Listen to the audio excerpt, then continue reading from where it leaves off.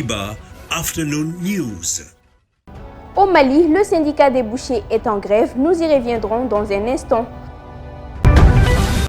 Le dossier du jour nous montrera la différence entre un donceau et un chasseur. Enfin, nous irons en Tanzanie où le chef de l'opposition comparaît devant le tribunal.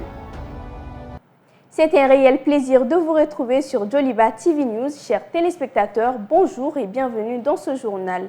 Le professeur Cheikh Yacoub Doucouré, membre du bureau des oulémas du Haut Conseil islamique, a démissionné. Dans la lettre adressée au président de l'organisation islamique en date du 30 juillet 2021, le religieux explique que c'est pour protester contre l'agression d'un imam prêcheur.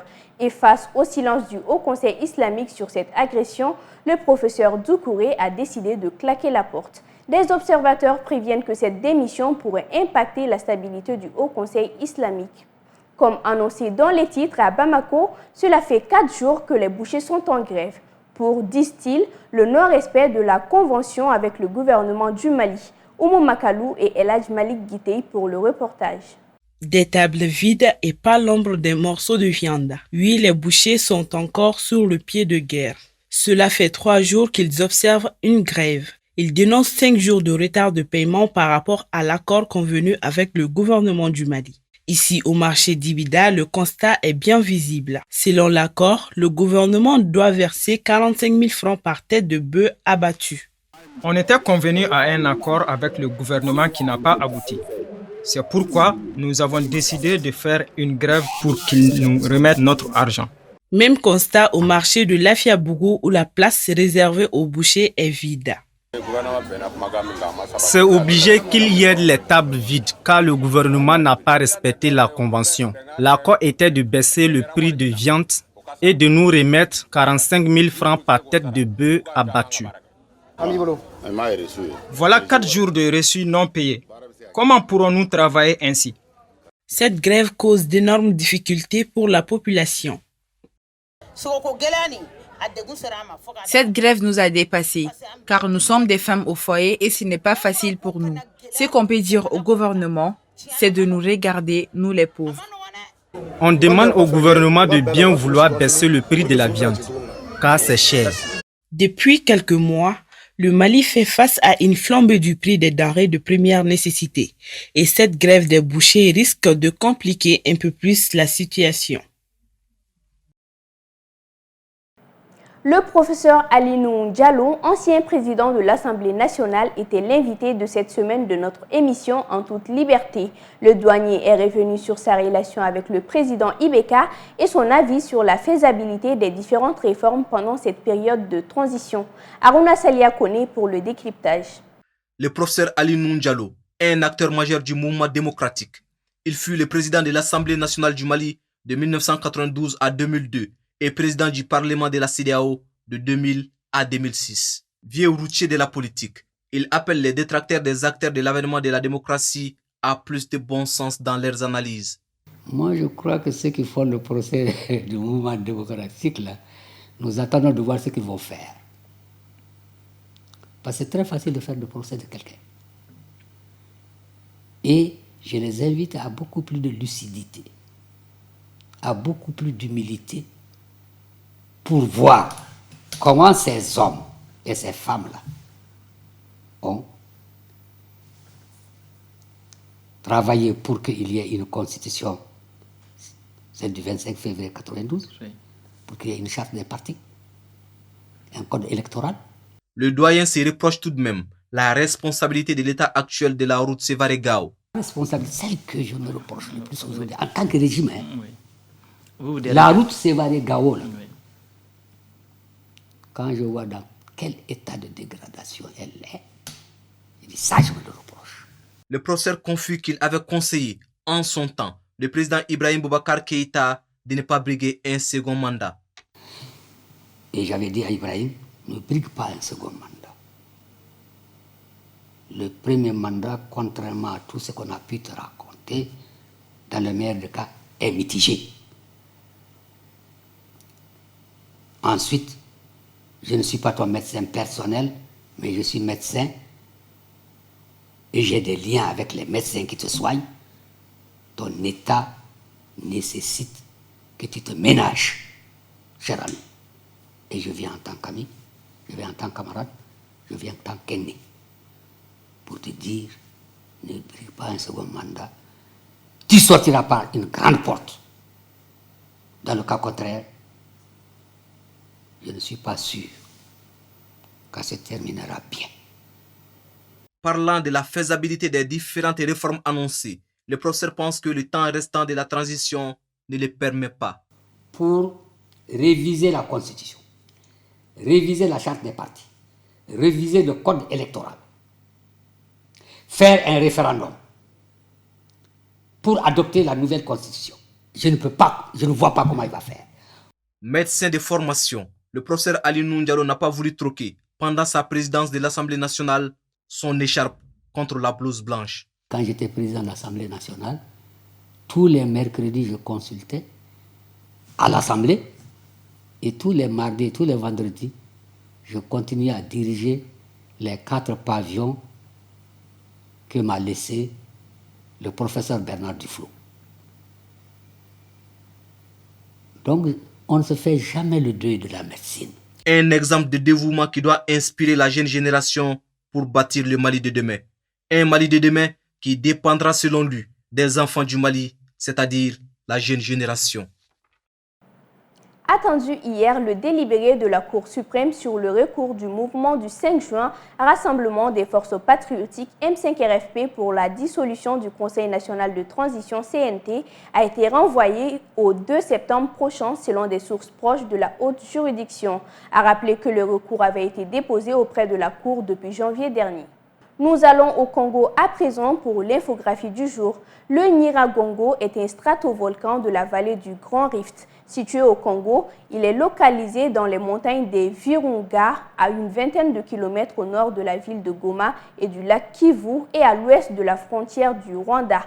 Par sa proximité avec des zones densément peuplées, ces éruptions fréquentes, dont la dernière a débuté le 17 mai 2021 avec une nouvelle phase éruptive le 22 mai et la présence d'un lac de lave quasiment permanent, peuvent se déverser sur ces pentes en de longues coulées de lave.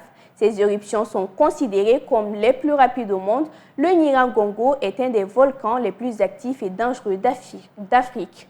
Le Nyiragongo a également beaucoup d'autres appellations, notamment Graf Godzien Crater, Kirunga Sha-Nyiragongo ou encore Kirunge Sha-Nyiragongo. Je vous le disais dans les titres, le dossier du jour nous édifiera sur la différence entre Donso et chasseur.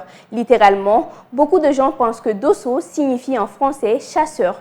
Or, il suffit d'approcher les hommes de culture pour comprendre qu'il existe une différence fondamentale entre les deux notions. Reportage Adama Sanogo et Bakoro Banyari.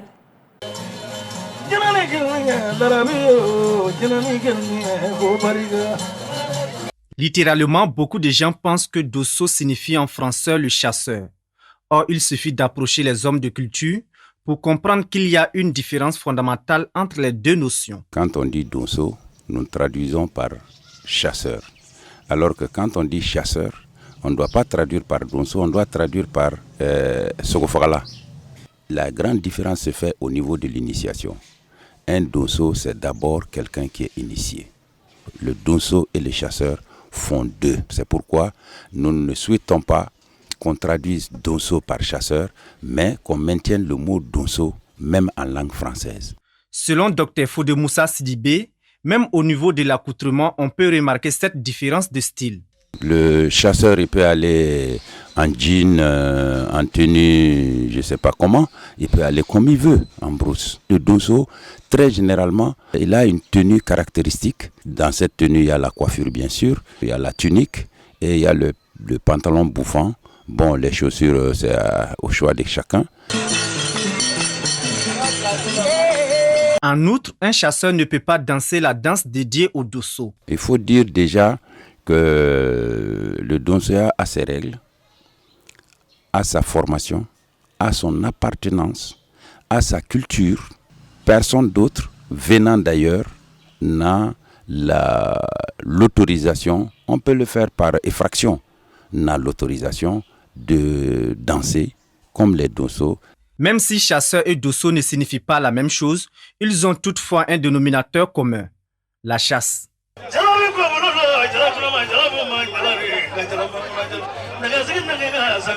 L'actualité internationale avec Aruna Saliakoni. Le chef de l'opposition comparaît devant un tribunal. Le chef du principal parti d'opposition tanzanien Freeman Mbowe comparaît devant un tribunal de Dar es Salaam pour les accusations de terrorisme que ses partisans ont dénoncées comme une manœuvre à motivation politique visant à faire taire les dissidents. C'est la première fois que Freeman Mbowe est vu en public depuis son arrestation avec d'autres membres de son parti Chadema le 21 juillet, quelques heures avant la tenue d'un forum public sur la réforme constitutionnelle. Freeman Mbowe avait été accusé de financement du terrorisme et de conspiration dans une affaire qui a suscité l'inquiétude des groupes de défense des droits et des pays occidentaux quant à l'état de la démocratie sous le nouveau président tanzanien Samia Suluhu Hassan. La Cour a demandé au procureur de l'État de s'assurer que la collecte de toutes les preuves nécessaires et les autres procédures préliminaires soient terminées d'ici vendredi prochain. Cela permettra de protéger les droits de l'accusé, puisque l'affaire Mbowe est d'intérêt public. Nous espérons donc que d'ici la semaine prochaine, nous serons en mesure de faire passer l'affaire à la deuxième étape, c'est-à-dire à la haute cour, comme vous le savez. Ce type d'audience se déroule principalement à la haute cour. Nous avons exhorté le gouvernement à participer à la table ronde avec nous pour résoudre cette affaire en dehors du tribunal. Nous devons vraiment trouver une solution à cette affaire en dehors des tribunaux, car il s'agit d'une question d'intérêt national.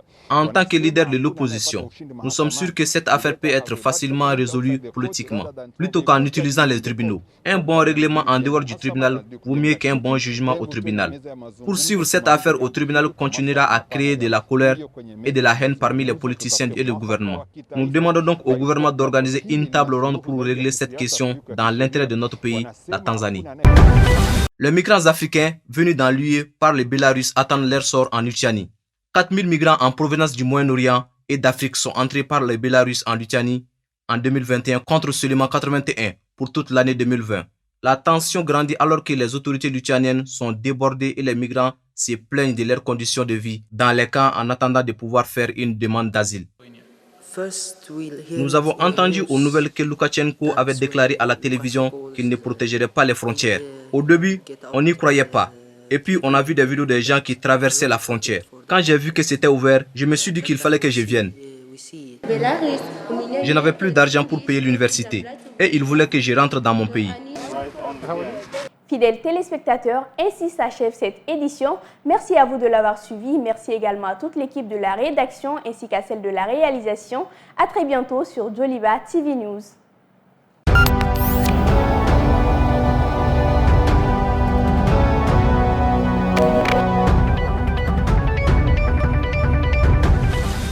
Joliba Afternoon News.